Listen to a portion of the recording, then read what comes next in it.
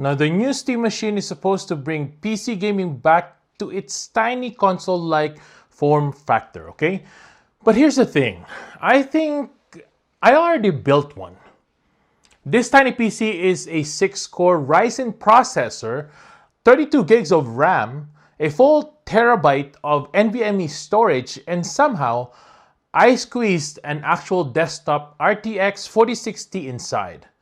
So instead of waiting for someone else to build my perfect tiny gaming PC, I wanted to see just how good this thing is and whether I'd even choose the Steam machine over it.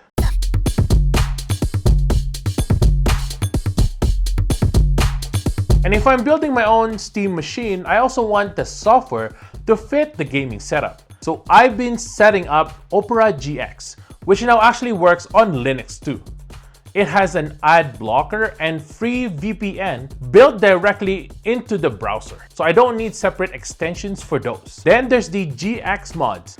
Now, for example, I really like mod 1 here. Basically, you can check out these keyboard sounds and you can change what your keyboard sounds as you type. I also really like mod 2, which you can change the wallpaper and it's dynamic because it moves as well. It's amazing. And I have another favorite here, which is mod 3. There's a lot of background sounds as well, which you can customize your own, and a lot more mods to choose from to customize the combinations. So I can make the browser actually match this setup. And if you're switching over, quick import lets you bring things like your bookmarks, history, and cookies from your previous browser. Now, if you want to check out Opera GX, I'll put the download link right in the top of the description, also in the comments there, so go ahead and check it out. Now let's get back to this thing, okay? Now first, look at the size of this thing, right? There's basically no wasted space. Now without the side panels, almost the entire side of the computer is GPU. And that's one of my favorite things about this build. This isn't a mini PC that uses integrated graphics. That's a real RTX 4060 ITX. Basically like a shorter version. Now our processor here is the Ryzen 5 5500, and we also have a 32 gigs of RAM, 1 terabyte of NVMe storage, SSD, and a 500 watt power supply. Now all this inside this little thing.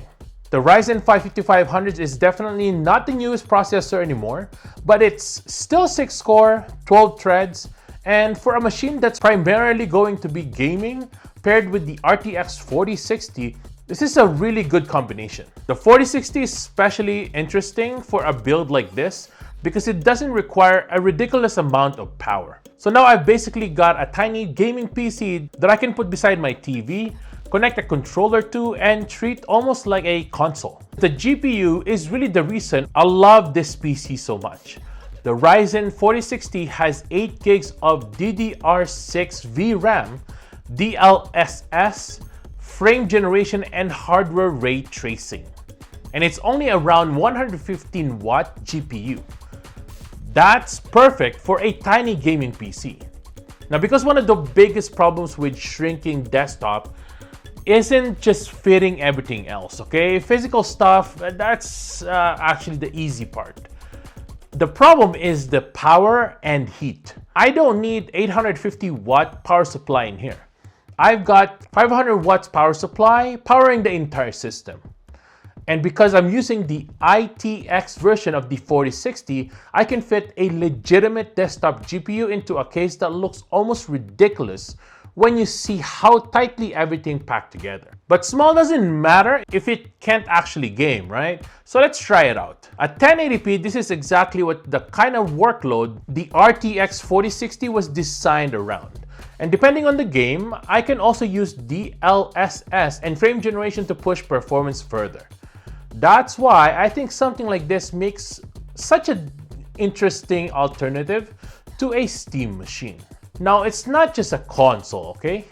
It's still a normal PC. And that's probably the biggest advantage of doing it yourself. I picked the GPU, I picked how much RAM I wanted, I picked the storage, I can change the operating system as well. And if one component eventually isn't enough anymore, I don't necessarily have to throw away the whole entire computer. Now there's a few options like buying parts used as well, which is nice. Talking about used, the 32 gig RAM actually saved me a lot of money because I bought it used. The 1TB NVMe drive also is great because I was able to get that from my old PC. The RTX 4060 is also used here. I got it off Facebook Marketplace. And again, it's up to you. You can upgrade the CPU and there's a lot of flexibility for something this small. Now, does that mean this is automatically better than buying a Steam machine? Of course not, right? Because Valve has one huge advantage here: simplicity. Their entire goal is to give you something closer to a console, where you basically buy it, you plug it into your TV, and then you grab a controller and start playing. Building something like mine is for a completely different person, right? Like people who actually knows how to build PCs already, or you have experience from before. You have to research the components, of course. You have to make sure everything physically fits, and you have to build it yourself. And when you're cramming hardware this tightly together, cable management becomes its own puzzle. Just look inside this thing. There's practically no room left. But personally, that's why I actually love it. So when I look at the Steam machine, I'm definitely interested. It has its own people that it's trying to reach, and I get that. But I don't know if I'd actually replace this, okay? I've got the Ryzen 5 5500, 32 gigs of RAM, 1TB of NVMe storage. I also have a 550 watt power supply, and most importantly, it's so small, a desktop RTX 4060. It all packed into this ridiculous tiny computer. It's a little bit taller than the Steam machine, but also skinnier than the Steam machine, which is nice. Now, personally, I'm impressed with what Valve actually gave us, the easier Steam machine, right? But I think I already built the Steam machine I actually want. What do you think? Thanks for watching, and I'll see you guys in the next one. Peace!